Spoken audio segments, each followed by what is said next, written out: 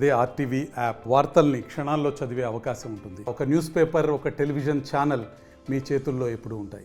తెలంగాణ ప్రభుత్వం మీద కామెంట్ చేయడం అనేది ప్రతి ఓడికి ఒక పరిపాటి అయిపోయింది. మొన్నోడు, నిన్నోడు, నేడోడు అన్నట్టు పార్లమెంటు సాక్షిగా విజయసాయిరెడ్డి మాట్లాడిన మాటలు కనుక చూస్తే ఒక రాజకీయ అజ్ఞానిగా, మరి పెద్దల సభకు ఎట్ట ప్రాతినిధ్యం వహిస్తుండో నాకు తెలియదు, కానీ ఇంత అక్కసు తెలంగాణ ప్రభుత్వం మీద ఎందుకు? మోడీ ప్రాపకం పొందాలనుకుంటే, మోడీ కాడ మార్కులు ఎక్కువ వేసుకోవాలనుకుంటే ఏర్పడ్డ ప్రభుత్వాలను కూలగొడతామని చెప్పి నిండు సభలో మాట్లాడమా? నీకు ఏ రాజకీయ తెలివి ఉందో ఇప్పుడు అర్థమవుతున్నది. Chartered accountant turned political leader, లేకపోతే జగన్కు సలహాదారుగా ఉన్నట్టుగా ఉండి మారిన పొలిటికల్ లీడర్ లెక్క ప్రభుత్వాలు మారవు మిత్రమా. ఇలా షర్మిల అక్కడికి వచ్చి కాంగ్రెస్ను బలోపేతం చేయడం అనేది నీకు నచ్చకపోవచ్చు, అందుకనే కాంగ్రెస్ మీద అక్కసు వెళ్ళబుచ్చుకుంటున్నావేమో. డెఫినెట్గా రేపు ఏ విధంగా రాజకీయంగా మీకు సమాధానం చెప్పాలనో కాంగ్రెస్ పార్టీ చెప్తుంది. కానీ కేసీఆర్తో అంటగాగుతున్న మీరు మీ అక్కసును వెళ్ళగక్కడం అనేది దేనికి సంకేతమో ఆలోచించుకో. రేపు ఎన్నో రోజులు జరగదు మీ వైఎస్ఆర్సీపీ ప్రభుత్వం అక్కడ అని కూడా మేము కామెంట్ చేయాలన్నా? అది చేయడం రాజనీత?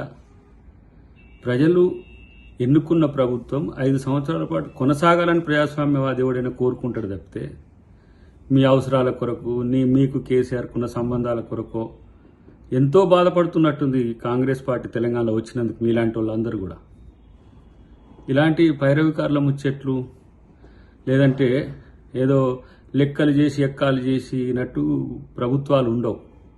అన్నిటికంటే ముఖ్యంగా మీకు ఒక సమాధానం చెప్పాల్సిన అవసరం ఉంది. ఇలా మీరు రాజశేఖర రెడ్డి గారి వారసత్వం అనుకుంటా తిరుగుతున్న పరిస్థితుల్లో ఎవరికి మద్దతు చెప్తున్నారు? మీరు ఎవరి మోచేతి నీళ్లు తాగడానికి రాజకీయాలు చేస్తున్నారు? మోడీ దగ్గర అంటగాగుతూ, మోడీతో సెయిల్ అవుతూ ఇలా కాంగ్రెస్ పార్టీ విమర్శించే స్థాయా మీది?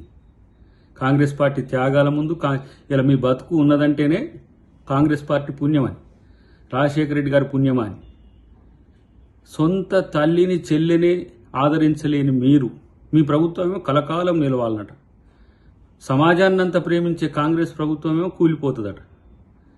తస్మాత్ జాగ్రత్త. ఇలాంటి పిచ్చి పిచ్చి ప్రేలాపనలు పేలకండి విజయసాయిరెడ్డి గారు.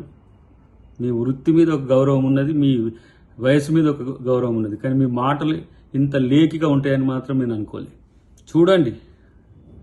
చూడండి రేపు కాంగ్రెస్ పార్టీ ఆంధ్రప్రదేశ్లో ప్రజలు ఎట్లా ఆశీర్వదిస్తారో చూడండి. గతంలో మేము తెలంగాణ ఏర్పాటు చేయడం చాలా నష్టం జరిగిందని అనుకున్నారు, కానీ ఈరోజు విడిపోయిన తర్వాత మీ ప్రభుత్వాల వైఫల్యం వల్ల, గత ప్రభుత్వాల వైఫల్యం వల్ల ఇలా ఆంధ్రప్రదేశ్ వెనుకబడిపోతున్న పరిస్థితి వచ్చింది. కానీ ప్రతిసారి విభజించడం వల్ల నష్టపోయినాం అంటే విభజించడం కాకపోతే మీరు ముఖ్యమంత్రి కదా మీ జగన్ గారు. ఇలా ఇంత పెద్ద పెద్ద ఆస్తులు పెరిగాయా? 4 లక్షల కోట్ల రూపాయల బడ్జెట్లు పెట్టుకుంటున్నారు ఒక్కొక్క స్టేట్. అంటే ఏంది? తెలుగోళ్ళ ఒక స్వావలంబన పెరిగినట్టే, తెలుగోళ్ళ అస్తిత్వం పెరిగినట్టే. ఆ మాత్రం కనీస రాజకీయ ఇంగితం లేకుండా ఇష్టం వచ్చినట్టు మాట్లాడుతా అంటే ఇలా మీరు రాజకీయ నాయకులు అనుకోవాలనా, రాజకీయ దివాలా కోరుతనం అనుకోవాలనా, లేకపోతే బానిసత్వంతో మోడీని జోకడానికి చేసిన కామెంట్స్ అనుకోవాలనా? మీరు ఆలోచించుకోండి. రేపటి రోజున తెలంగాణ కాంగ్రెస్ శ్రేణులు కూడా ఆంధ్రప్రదేశ్లో కాంగ్రెస్ పార్టీ బలోపేతానికి కృషి చేస్తాయి. ఆంధ్రప్రదేశ్ ప్రజలకు కూడా మా విజ్ఞప్తి ఏంటంటే, రేపు కేంద్రంలో మేము అధికారంలోకి వస్తే డెఫినెట్గా ఆంధ్రప్రదేశ్ బాగు కూడా మేమే చూస్తాం. తెలంగాణలో ప్రభుత్వం వచ్చినందుకు కూడా మీకు సమస్యలు రాకుండా చూసే బాధ్యత తెలంగాణ ప్రభుత్వం రేవంత్ రెడ్డి గారు తీసుకుంటారు డెఫినెట్గా. కానీ ఇలాంటి విజయసాయి రెడ్డి గారు లాంటి వాళ్ళు ఇంకా ఎల్లయ్య మల్లయ్య పుల్లయ్యలు చెప్పే మాటలు పట్టించుకోవద్దని చెప్పి మేము విన్నవిస్తున్నాం. మరిన్ని వీడియోస్ కోసం ఛానల్ ని సబ్స్క్రైబ్ చేయండి, లేటెస్ట్ అప్డేట్స్ కోసం వాట్సాప్ ఛానల్ ని ఫాలో చేయండి, అండ్ లింక్ డిస్క్రిప్షన్ లో ఉంది.